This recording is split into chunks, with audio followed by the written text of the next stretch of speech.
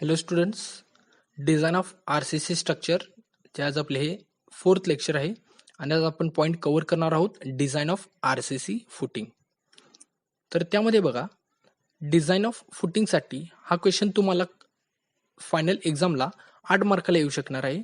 Plus आता जे तुम्ही प्रॅक्टिकल वर्क करत आहात, मॅन्युअलमध्ये तुम्ही G+2 जी बिल्डिंग डिझाईन करत आहात, त्यात जे तुम्हाला लास्टला जे तुम्ही फुटिंग डिझाईन करणार आहात त्या फुटिंगसाठी आत्ता जे एक्झाम्पल घेणार आहे ते अत्यंत इम्पॉर्टंट आहे. कारण की यामध्ये जो कॉलमचा लोड दिलेला असेल तोच तुम्हाला रिप्लेस करून तुम्हाला तुमच्या बिल्डिंगचा लोड घेऊन फुटिंग डिझाईन करायचा आहे. त्यामुळे फक्त लोड चेंज होईल, बाकीच्या पूर्ण steps as it is follow केल्या तरीही चालतील. तर बघा, question number 1, design a column footing for following data. Load on column 600 kilonewton, size of column 300 mm by 200 mm, safe bearing capacity of soil is equal to 150 kilonewton per meter square, use M20 concrete and FE 415 steel. तर बघा, मी given data लिहून घेणार आहे. Given डाटामध्ये W is equal to 600 kilonewton, size of column 300 by 200, SBC 150 kilonewton per metre square, FCK 20 newton per mm square आणि FY स्टीलचा grade दिलाय 415 Newton per mm square. तर बघा, क्वेश्चनमध्ये त्यांनी मेन्शन केलेलं नाही कोणत्या शेपचं फुटिंग प्रोव्हाइड करायचं आहे. इथे तुमच्याकडे दोन ऑप्शन आहेत, आयदर तुम्ही स्क्वेअर शेप प्रोव्हाइड करू शकता किंवा रेक्टँग्युलर शेप प्रोव्हाइड करू शकता. तर बघा, स्टेप नंबर 1 मध्ये ultimate load on column WU. तुम्हाला क्वेश्चनमध्ये डब्ल्यूची ॲक्सेल लोड दिलेला आहे 600 kilonewton. तुम्ही अल्टिमेट करून घेणार आहे इंटू 1.5 करून. तर माझा आन्सर येते WU is equal to 900 kilonewton. Step number 2, ultimate SBC means ultimate safe bearing capacity of soil. तर क्वेश्चनमध्ये त्यांनी मेन्शन केले क्यूची व्हॅल्यू 150, तर ती व्हॅल्यू मी 2 न मल्टिप्लाय करून अल्टिमेट करून घेणार आहे. तर माझा आन्सर येते QU is equal to 300 kilonewton per metre square. त्यानंतर बघा, स्टेप नंबर 3 मध्ये area of footing find out करणार आहे. तर त्यासाठी मी assume 5% as self weight of footing. जो काय माझा ॲक्सियल लोड आलाय, जो मी अल्टिमेट करून घेतलाय, त्यामध्ये मी 5% लोड ॲड करणार आहे. माझा फॉर्म्युला तयार होतोय AF is equal to 1.05 WU divide by QU. तर व्हॅल्यू पुट केल्यानंतर माझा आन्सर मिळतंय AF is equal to 3.15 metre square. त्यानंतर बघा, स्टेप नंबर 4 मध्ये साईज ऑफ फुटिंग. तर इथं मी ॲज्युम स्क्वेअर फुटिंग लिहिले, तुम्ही रेक्टँग्युलर फुटिंग सुद्धा ॲज्युम केलं तरी चालेल. त्यानंतर बघा, L is equal to B square footing assume केले, त्यामुळे माझे दोन्ही डायमेन्शन सेम येणार आहेत. स्टेप नंबर 3 मध्ये जो एरिया मिळाला आहे तो मी स्क्वेअर रूटमध्ये टाकणार आहे, मला डिरेक्टली 2 डायमेन्शन मिळणार आहेत. तर स्क्वेअर रूट 3.15 पुट केल्यानंतर मला L is equal to B is equal to 1.775 metre हे आन्सर मिळते. तर राऊंड फिगर करून हे आन्सर मी प्रोव्हाइड करणार आहे 1.8 मीटर. तर माझ्या फुटिंगची साईज होणार आहे 1.8 metre by 1.8 metre. Step number 5 मध्ये बघा, नेट अपवर्ड सॉइल प्रेशर. तर आपल्याला P ची व्हॅल्यू डेप्थ कॅल्क्युलेट करण्यासाठी प्रत्येक स्टेपमध्ये पुट करायची आहे. तर फॉर्म्युला बघा, P is equal to WU divide by L into B. WU ची व्हॅल्यू 900 आहे. त्यानंतर नेक्स्ट L इंटू B, जी मी ॲक्च्युअलमध्ये साईज प्रोव्हाइड केलेली आहे राऊंड फिगर व्हॅल्यू, ती मी इथं पुट करणार आहे 1.8 बाय 1.8. तर Pचा आन्सर आले 277.8 kilonewton पर मीटर स्क्वेअर. त्यानंतर बघा, नेक्स्ट स्टेपला इफेक्टिव्ह डेप्थ ऑफ फुटिंग. तर आपण कालच्या लेक्चरमध्ये बघितलेलं डेप्थ फाइंड आउट करण्याच्या टोटल 3 मेथड असणार आहेत. त्यापैकी पहिली मेथड असणार आहे बेंडिंग मोमेंट मेथड. तर डायग्राममध्ये तुम्ही बघा, कॉलमची साईज आपल्याला क्वेश्चनमध्ये दिलेली आहे. त्यानंतर जी फुटिंगची साईज तुम्ही प्रोव्हाइड केली आहे 1.8 मीटर बाय 1.8 मीटर, ती मी दाखवलेली आहे. तर आपल्याला माहिती आहे पहिली मेथड आहे बेंडिंग मोमेंटसाठी. तर त्यासाठी आपल्याला कॉलमच्या फेस जवळ आपण क्रिटिकल सेक्शन ॲज्युम करणार आहे. तर डायग्राममध्ये मी सेक्शन लाईन ड्रॉ केलंय 1 आणि तो पार्ट हायलाइट केलाय. तर मला जो सेक्शन पार्ट आहे त्याची लेंथ मला मिळाली 1.8 मीटर, परंतु विड्थसाठी एक फॉर्म्युला आहे x1 is equal to capital B minus small b divide by 2. तर कॅपिटल B म्हणजे विड्थ ऑफ फुटिंग जे 1.8 आहे, मायनस B म्हणजे असणार आहे कॉलमचं सेकंड डायमेन्शन. कॉलमचं फर्स्ट डायमेन्शन आहे 0.3 म्हणजेच स्मॉल a, सेकंड डायमेन्शन आहे 0.2 मीटर आहे. त्यानंतर बघा, मी व्हॅल्यू पुट केल्यानंतर मला x1चा आन्सर मिळते 0.8 मीटर. त्यानंतर बघा, मी सेकंड सेक्शन लाईन कन्सिडर केले आणि त्याची लेंथ असणार आहे 1.8 मीटर, म्हणजेच इथं कॅपिटल बी असणार आहे. आणि त्याची विड्थ मला कॅल्क्युलेट करण्यासाठी फॉर्म्युला आहे x2 is equal to L minus A divide by 2. मी तो व्हॅल्यू पुट करणार आहे, तर मला आन्सर मिळते x2 is equal to 0.75 metre. त्यानंतर बघा bending moment per metre width of footing.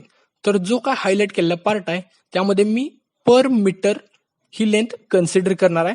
आपण जे x1 आणि x2 कॅल्क्युलेट केले ती विड्थ झालेली आहे, त्यामुळे मला लेंथ मी 1 मीटर कन्सिडर करणार आहे.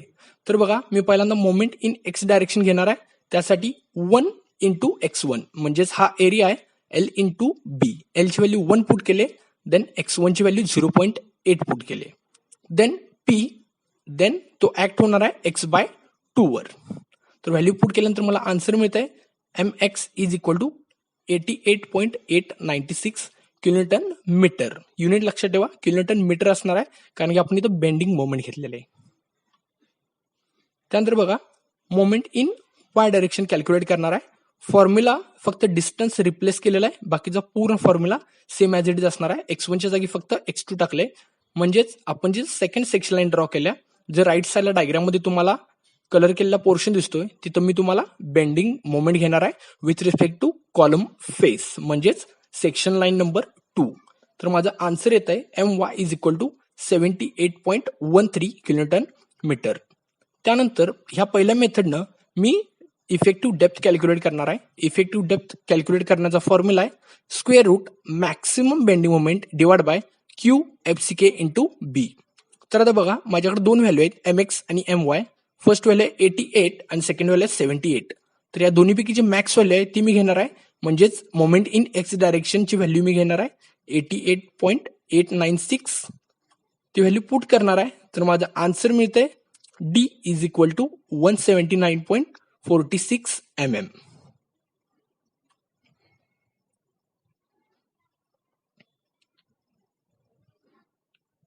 ही झाली आपली पहिली मेथड, ज्यामध्ये आपल्याला स्मॉल डी मिळालाय.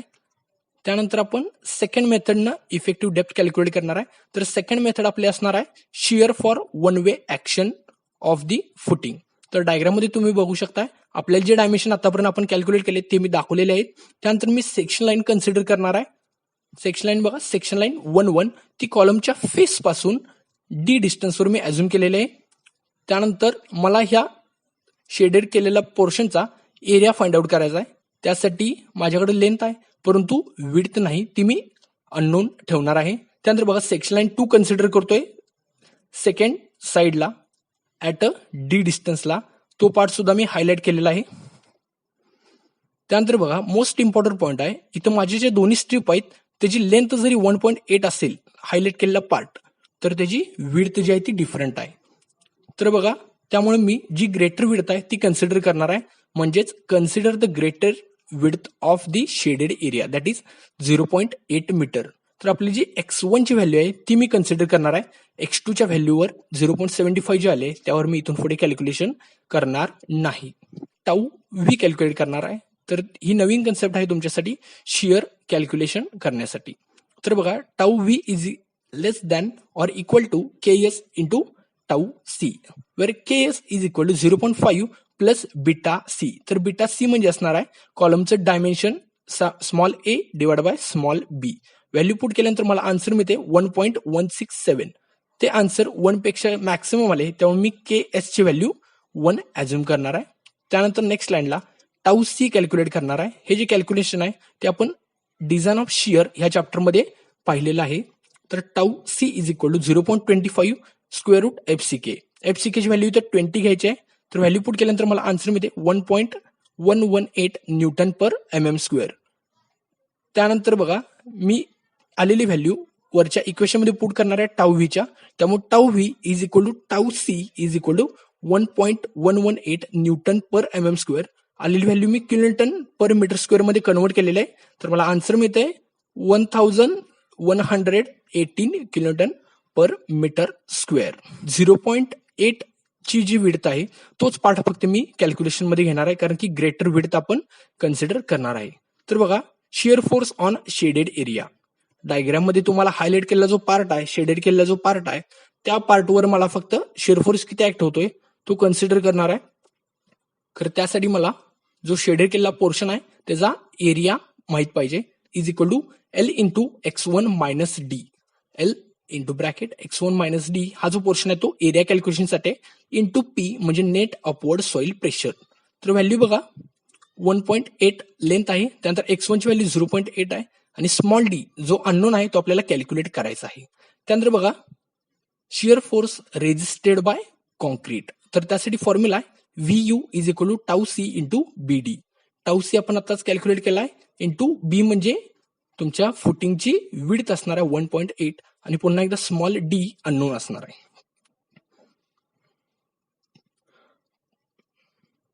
त्यानंतर बघा equating two values of VU. वर आपल्याला जे VUच्या दोन व्हॅल्यू मिळाल्यात त्या आपण इक्वेट करायच्या आहेत, म्हणजे आपल्याला डी हा अननोन व्हॅल्यू आहे ती आपल्याला नोन मध्ये कन्वर्ट होईल. तर दोन्ही इक्वेशन मी इक्वेट करणार आहे. तर डीचा आन्सर मला मिळते 0.159 मीटर.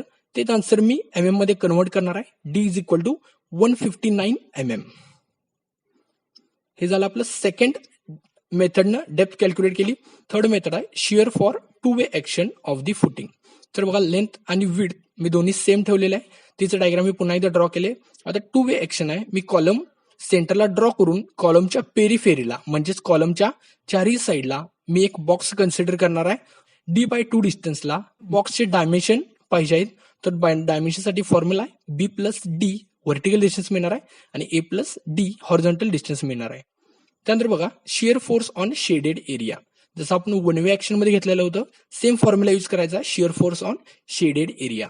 तर मला शेडेड एरिया म्हणजे जो ब्लू कलर मध्ये जो एरिया दिलाय त्याचा शिअर फोर्स कॅल्क्युलेट करायचा आहे. तर मी पूर्ण जे फुटिंगचा जो एरिया आहे त्यामधून जो म्हणजे जो व्हाईट कलरचा बॉक्स आहे तो मी मायनस करणार आहे. तर फॉर्म्युला मिळते VU is equal to L into B. तर जो फुटिंगचा एरिया मिळणार आहे त्यामधून मी जो व्हाईट कलरचा बॉक्स आहे म्हणजेच जिथं रेड कलरची डॉटेड लाईन ड्रॉ केलेली आहे तिथं मी काय करणार आहे तो एरिया मायनस करणार आहे, जेणेकरून मला जो ब्ल्यू कलरचा एरिया आहे तो मिळणार आहे into net upward soil pressure. तर बघा इथं दोन अननोन आहेत VU आणि D. त्यामुळे मी पुन्हा एकदा काय करणार आहे shear force resisted by concrete. तर आता रेजिस्टेड बाय कॉन्क्रीट करण्यासाठी मला जी रेड कलरचा जो बॉक्स ड्रॉ केलाय त्याची मला पेरीमीटर पाहिजे आहे. पहिल्या स्टेपमध्ये आपण कॅल्क्युलेट केला त्याचा एरिया, मला आता पेरीमीटर पाहिजे. पेरीमीटर म्हणजे त्याची बाउंड्रीची लेंथ पाहिजे. VU is equal to tau C into B into D. तर स्मॉल बी म्हणजेच माझा इथं जो रेड कलरचा बॉक्स आहे त्याचा पेरीमीटर म्हणजे त्याच्या चार ज्या साईड्स आहेत त्याची लेंथ पाहिजे आहे. तर लेंथ मला मिळते 1+4D कारण की D अननोन आहे. त्यानंतर मला पुन्हा एकदा इक्वेशन मिळते VU is equal to 1118 into ब्रॅकेटमध्ये 1+4D bracket complete into D. तर पुन्हा एकदा तुम्हाला VUच्या दोन अननोन व्हॅल्यू मिळाल्यात in terms of D. Next स्टेपमध्ये मी काय करणार आहे या VUच्या दोन्ही व्हॅल्यू इक्वेट करणार आहे. मला एक क्वाड्रॅटिक इक्वेशन भेटेल.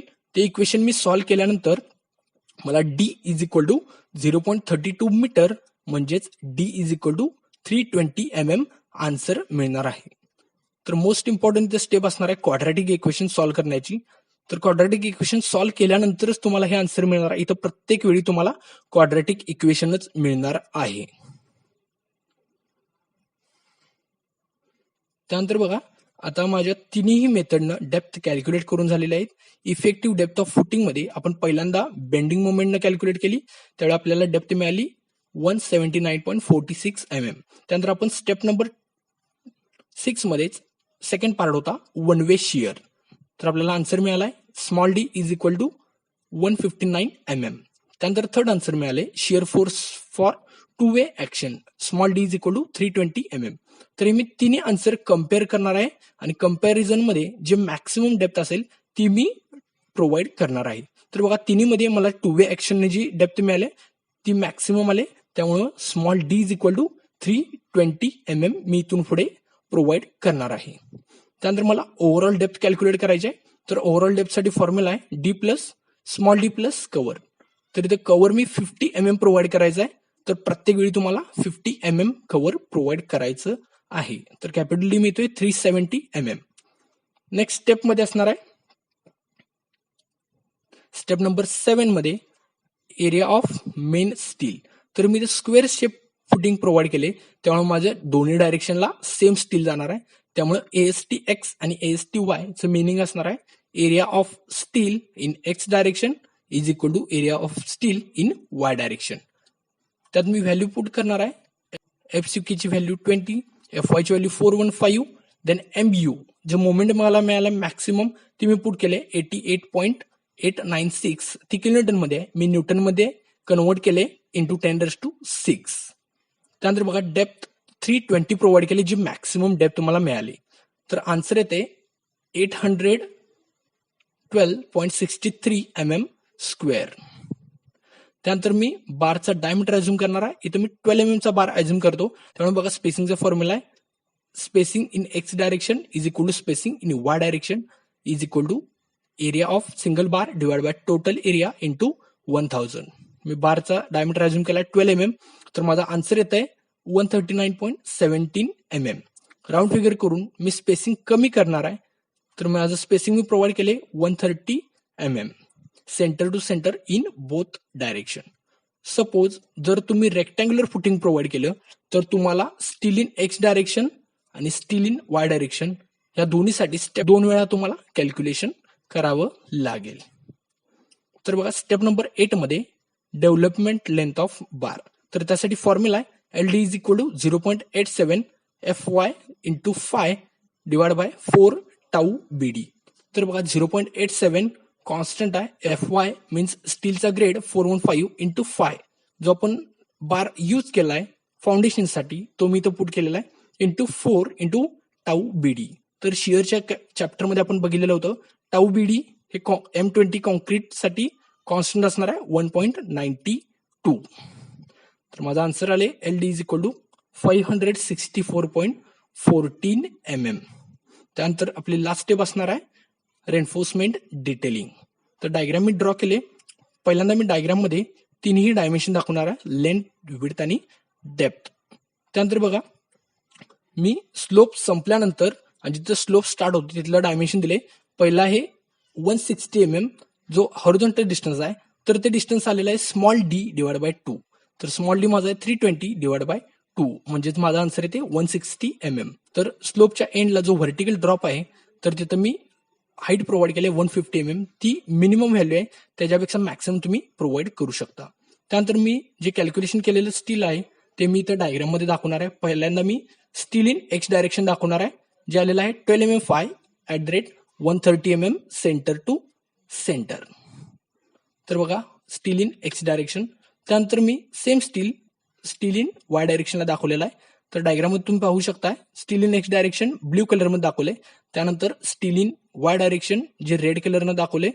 तर दोन्हीचा डायमीटर सेम आहे, दोन्हीचं स्पेसिंग सेम आहे. आयदर तुम्हाला जर रेक्टँग्युलर फुटिंग प्रोव्हाइड केलं असेल तर तुम्ही 2 डिफरंट डायमीटरचे बार यूज करू शकता, परंतु मॅक्सिमम पॉसिबिलिटी ही सेम बारची असणार आहे. तर लास्टला मी इथं कॉलम दाखवलेला आहे. त्याचं रेन्फोर्समेंट मला दाखवण्याची गरज नाही कारण की क्वेश्चन मध्ये त्यांनी मेन्शन केलेलं नाही. इथं आपला फर्स्ट प्रॉब्लेम कंप्लीट झालेला आहे. जर तुम्हाला काही शंका असतील तर मला कमेंट बॉक्समध्ये कमेंट करा. आणि हा प्रॉब्लेम खूप इम्पॉर्टंट आहे, आयदर तुमच्या सेमिस्टर एक्झाम पासून असेल किंवा तुमच्या प्रॅक्टिकल वर्कसाठी असेल. जर तुम्हाला काही शंका असतील तर कमेंट बॉक्समध्ये कमेंट करा. थँक्यू.